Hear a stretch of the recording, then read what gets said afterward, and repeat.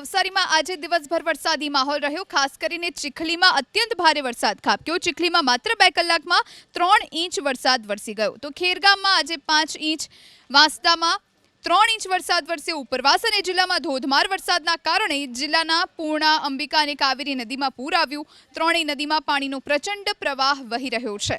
ભયજનક સપાટી નજીક વહેતી હોવાથી પ્રશાસન એલર્ટ થઈ ગયું છે। પૂર્ણા નદીના કાંઠે વસેલું નવસારી શહેર અને કાવેરી અને અંબિકા નદીના કાંઠે વસેલા બિલીમોરામાં પૂરની શક્યતા સૌથી વધુ જોવામાં આવી રહી છે।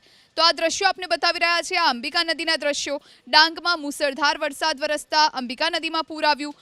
અંબિકા નદીના જળસ્તરમાં સતત વધારો થતા બંદર વિસ્તારમાં નદીએ રૌદ્ર સ્વરૂપ ધારણ કર્યું છે। અંબિકા નદીના પાણીમાં ચોપાટી પણ ગરકાવ થઈ ગઈ છે।